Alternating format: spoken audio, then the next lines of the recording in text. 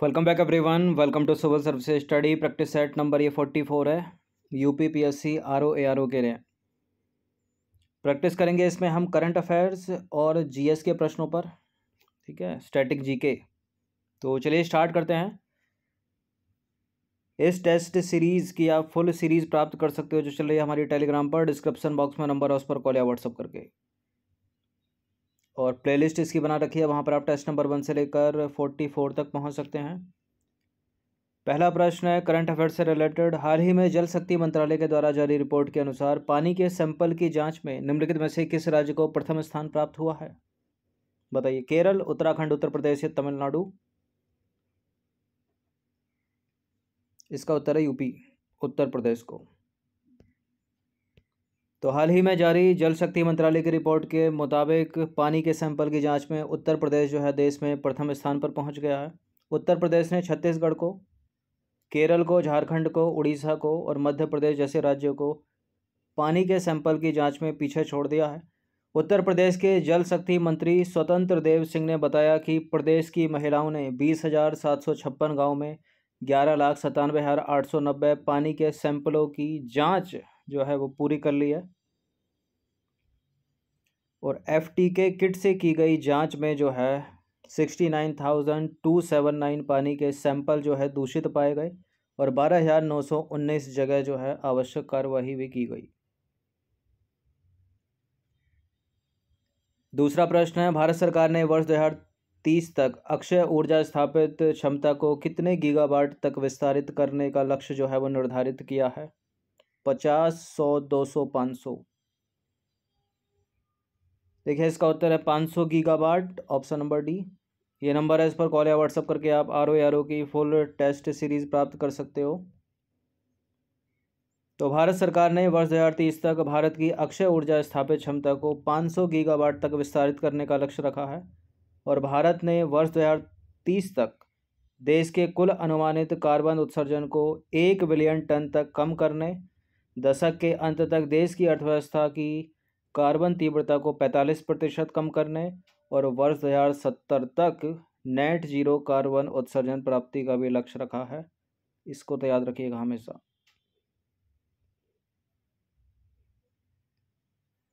तीसरा प्रश्न है, ये मॉडर्न हिस्ट्री का प्रश्न है।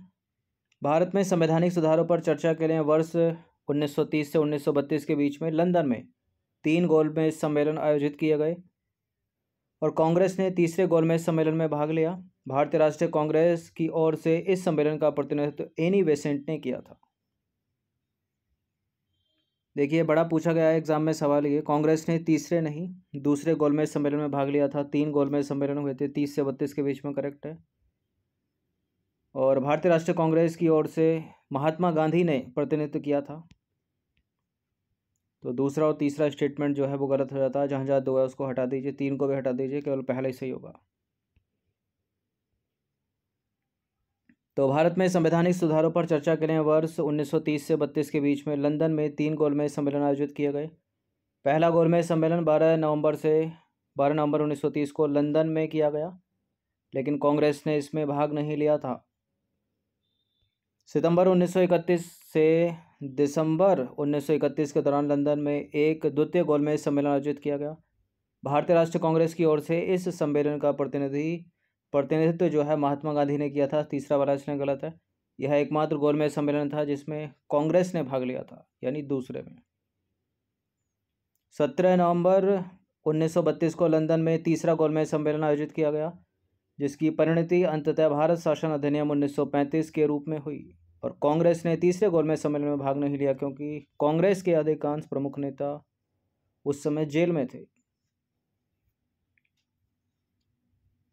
तो दूसरा तीसरा स्टेटमेंट गलत है, पहला सही है। करंट का प्रश्न है, हाल ही में किस राज्य द्वारा पंचायत उपबंध 1996 को लागू करने की घोषणा की है? यानी अनुसूचित क्षेत्रों तक विस्तार अधिनियम।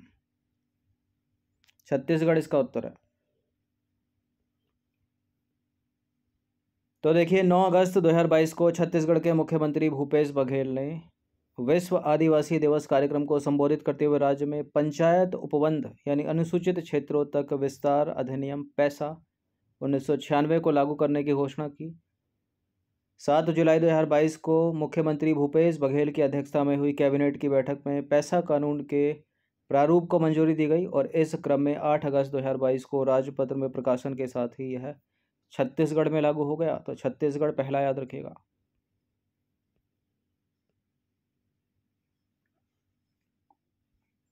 क्वेश्चन नंबर 5 पर आ जाइए। वैश्विक स्तर पर शेरों के संरक्षण के लिए जागरूकता बढ़ाने के लिए हर साल कब वर्ल्ड लायन डे का आयोजन किया जाता है? कब? 10 अगस्त को। ठीक है, और ये दिवस कब से मनाया जा रहा है? वर्ष 2013 से। तो वैश्विक स्तर पर शेरों के संरक्षण के बारे में जागरूकता बढ़ाने के लिए हर साल 10 अगस्त को वर्ल्ड लायन डे का आयोजन किया जाता है और शेरों के संरक्षण की पहल वर्ष 2013 में शुरू हुई थी और इसी साल से वर्ल्ड लायन डे की भी शुरुआत हुई और पिछले 100 वर्षों में शेरों की आबादी में 80% की गिरावट जो है दर्ज की गई है। यह दिवस 2013 से मनाया जा रहा है, जो कि हो गया है ऊपर। और भारत में एशियाई शेरों का प्रमुख आवास है कौन सा? भारत में गिर राष्ट्रीय उद्यान, जो कि है गुजरात में।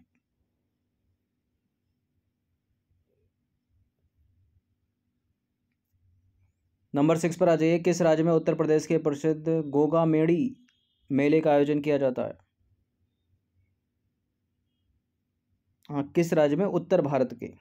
ठीक है, और इसका उत्तर उत्तर प्रदेश नहीं है, इसका उत्तर है राजस्थान, ऑप्शन नंबर डी। तो 11 अगस्त 2022 को देव स्थान उद्योग एवं वाणिज्य मंत्री शकुंतला रावत ने सांप्रदायिक सद्भावना के प्रतीक उत्तर भारत के प्रसिद्ध गोगा मेड़ी मेले की पूजा अर्चना के बाद ध्वजारोहण करके विधिवत रूप से इसका शुभारंभ किया। ठीक है, राजस्थान के देवस्थान में। राजस्थान के 5 पीरों में से एक लोक पूज्य देवता गोगा जी की याद में हर साल राजस्थान के हनुमानगढ़ जिले के गोगा मेड़ी में श्रावण शुक्ल पूर्णिमा से लेकर भाद्रपद शुक्ल पूर्णिमा तक विशाल मेला लगता है। ठीक है, गोगा मणि का।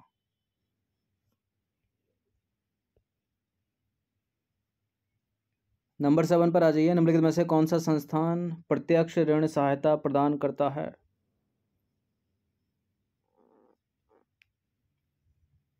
इसका उत्तर क्या है?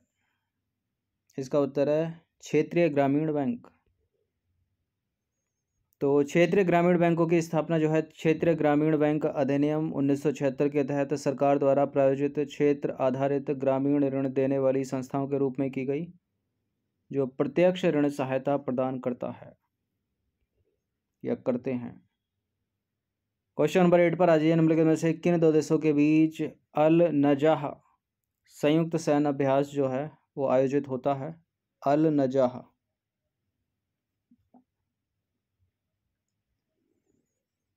इसका उत्तर है भारत और ओमान, ऑप्शन नंबर ए। तो देखिए, अल नजाह भारत और ओमान के बीच एक संयुक्त सैन्य अभ्यास है। इस सैन्य अभ्यास के दौरान संयुक्त शारीरिक प्रशिक्षण कार्यक्रम, सामरिक अभ्यास, तकनीक और प्रक्रियाओं के समायोजन के अलावा संयुक्त राष्ट्र के चार्टर के तहत आतंकवाद का मुकाबला करने वाले सैन्य ऑपरेशन, क्षेत्रीय सुरक्षा कार्यक्रम और शांति हेतु रक्षा संचालन गतिविधियों पर जो है ध्यान केंद्रित किया जाता है। अल नजाह भारत और ओमान के बीच।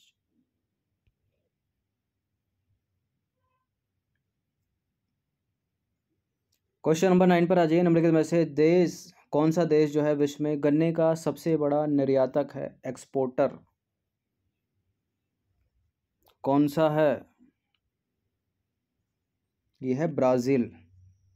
ठीक है, तो ब्राज़ील जो है विश्व में गन्ने का सबसे बड़ा एक्सपोर्टर है, निर्यातक है, और दूसरे स्थान पर है भारत। और भारत जो है विश्व में गन्ने का सबसे बड़ा उत्पादक है, याद रखना। 10वां प्रश्न है, 28 जुलाई से 8 अगस्त 2022 तक 22वें राष्ट्रमंडल खेल यानी कॉमनवेल्थ गेम का आयोजन जो है कहाँ किया गया? ऑस्ट्रेलिया, भारत या यूनाइटेड किंगडम या इंग्लैंड? इंग्लैंड के बर्मिंघम में।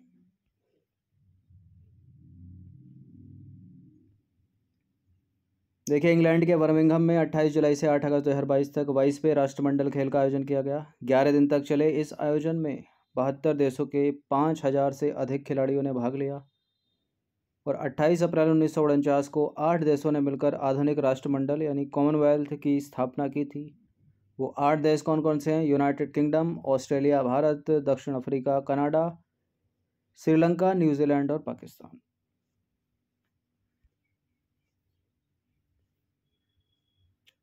क्वेश्चन नंबर 11 पर आ जाइए। हाल ही में भारत पहली बार कॉमनवेल्थ गेम्स यानी राष्ट्रमंडल खेल की किस प्रतियोगिता में पदक जीतने में कामयाब हुआ? ठीक है, पहली बार जीता उस खेल में। यह है lawn ball, option number C. तो राष्ट्रमंडल खेलों की लॉन बॉल स्पर्धा में भारत जो है पहली बार पदक जीतने में सफल रहा है। महिला स्पर्धा टीम में लवली चौबे, पिंकी नयन मोनी सैकिया और रूपा रानी तिर्की ने यह उपलब्धि हासिल की। और लॉन बॉल की बात करें तो एक आउटडोर गेम है जिसमें खिलाड़ी जो है गेंद को घुमाकर या रोल करते हुए आगे बढ़ते हैं। इंग्लैंड ने लॉन बॉल में सबसे ज़्यादा गोल्ड मेडल जीते। ये नंबर है, उस पर कॉल या व्हाट्सअप करके आप यूपीपीसीएस और आरओ की पेड सीरीज़ प्राप्त कर सकते हैं, फुल टेस्ट सीरीज़ प्राप्त कर सकते हैं और जो डेली यूट्यूब वीडियोस पर ये पीडीएफ होते हैं उनको भी प्राप्त कर सकते हो। 12वां प्रश्न है, भारत 22वें राष्ट्रमंडल खेल की पदक तालिका में कौन से स्थान पर है? चौथे स्थान पर। देखिए, भारत ने जीते 22 स्वर्ण, 16 रजत और 23 कांस्य पदक, कुल मिलाकर 61 पदक जीते भारत ने और चौथे स्थान पर रहा। भारत की पदक तालिका में कुश्ती का सर्वाधिक योगदान रहा, कुश्ती का। ठीक है, और भारतीय पहलवानों ने 6 स्वर्ण पदक जीते और 6 स्वर्ण सहित जो है कुल 12 पदक जीते और भारोत्तोलन में भारत को 10 पदक मिले।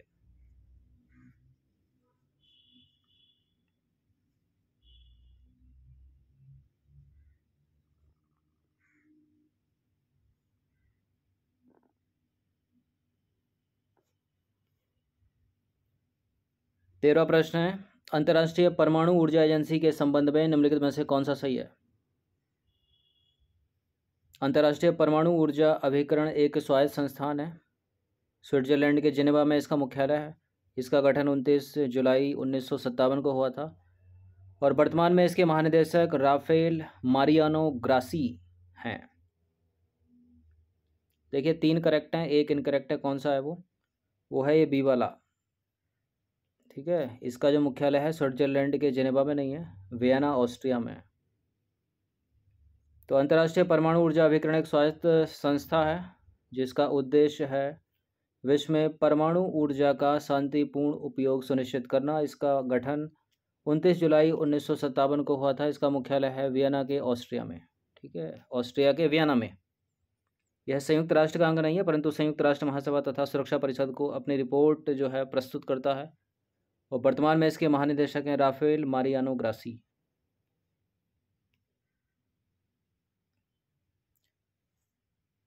मेडाइवल हिस्ट्री का सवाल है, भारतीय इतिहास में तंबाकू के संदर्भ में निम्नलिखित कथनों पर विचार कीजिए, सही उत्तर दीजिए। फ्रांसीसियों द्वारा 1605 में तंबाकू भारत लाया गया। 1617 में औरंगजेब ने इस पर निषेध जारी कर दिया। देखिए, फ्रांसीसी नहीं बल्कि पुर्तगालियों के द्वारा जो है 1605 में तंबाकू भारत लाया गया था। 1617 में औरंगजेब ने नहीं बल्कि जहांगीर ने इस पर निषेध जारी किया था। तो गलत है, दोनों के दोनों, डी है इसका आंसर। तो पुर्तगालियों द्वारा 1605 में तंबाकू भारत लाया गया। इसके बाद से ही तंबाकू जो है भारत में जन सामान्य में बहुत लोकप्रिय हो गया। कुछ सालों के बाद तंबाकू पीने की आदत लोगों में प्रचलित होती चली गई और इसके नुकसानदेह स्वरूप को या उससे बचने के लिए 1617 में जहांगीर ने इस पर बैन लगा दिया। 15वां प्रश्न है, निम्नलिखित में से कौन 1885 में स्थापित मुंबई प्रेसिडेंसी एसोसिएशन के संस्थापकों में से एक था? इनमें से एम.बी. राघव, चेरियार, एस.एन. बनर्जी, फिरोज शाह मेहता। इनमें से कोई नहीं। Firoz Shah Mehta, option number A. देखिए, 1885 में फिरोज शाह मेहता, बदरुद्दीन तैयब जी तथा के.टी. तेलंग के प्रयास से मुंबई प्रेसिडेंसी एसोसिएशन की स्थापना हुई थी। तो विकल्प में केवल ये थे, इन दोनों में से होते तब भी उत्तर हो जाता। लेकिन फिरोज शाह मेहता इसका आंसर है ए। इसरो का नया चेयरमैन कौन है? के शिवन के बाद बने हैं एस सोमनाथ। तो देखिए, एक प्रख्यात रॉकेट वैज्ञानिक एस सोमनाथ को भारतीय अंतरिक्ष अनुसंधान संगठन इसरो के चेयरमैन और अंतरिक्ष सचिव के रूप में नियुक्त किया गया है। इनका नाम याद रखिएगा। नंबर 17 पर आ जाइए। टोंगा द्वीप समूह स्थित है कहाँ पर? Indian ocean, Pacific ocean, Australia में, दक्षिण चीन सागर में। ये वही है जहाँ पर मैरियाना ट्रेंच है, प्रशांत महासागर में यानी। तो हाल ही में टोंगा के दक्षिणी प्रशांत द्वीप में एक ज्वालामुखी विस्फोट हुआ, जिससे हुआ क्या? प्रशांत महासागर के चारों ओर सुनामी लहरें उठने लगीं। टोंगा द्वीप समूह की बात करें तो रिंग ऑफ फायर में मौजूद है, जो कि प्रशांत महासागर के बेसिन को घेरने वाली ऊंची ज्वालामुखी और भूकंपीय गतिविधि की परिधि है। रिंग ऑफ फायर का आपने नाम सुना होगा, कई बार एग्जाम में प्रश्न बना है इससे। देखिए, रिंग ऑफ फायर को प्रशांत रिम या सरकम पैसिफिक बेल्ट भी कहा जाता है, बेल्ट। और प्रशांत महासागर के साथ स्थित एक ऐसा क्षेत्र है जहाँ पर अधिकांश एक्टिव वोल्केनो और अर्थक्वेक रिकॉर्ड किए जाते हैं।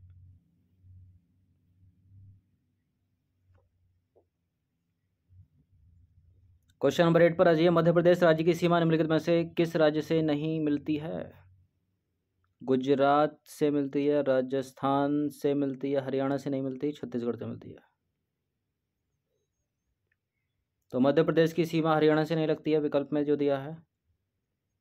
क्वेश्चन नंबर 19 पर आ जाइए। उत्तर प्रदेश का निम्नलिखित में से कौन सा जिला नेपाल की सीमा को स्पर्श नहीं करता? उत्तर प्रदेश के 7 जिले नेपाल की सीमा से लगे हैं। महाराजगंज, पीलीभीत, सिद्धार्थनगर, कुशीनगर नहीं लगा है। तो उत्तर प्रदेश के 7 जिले नेपाल के साथ सीमा साझी करते हैं, याद रखना इनको। महाराजगंज, सिद्धार्थनगर, बलरामपुर, श्रावस्ती, बहराइच, लखीमपुर खीरी और पीलीभीत।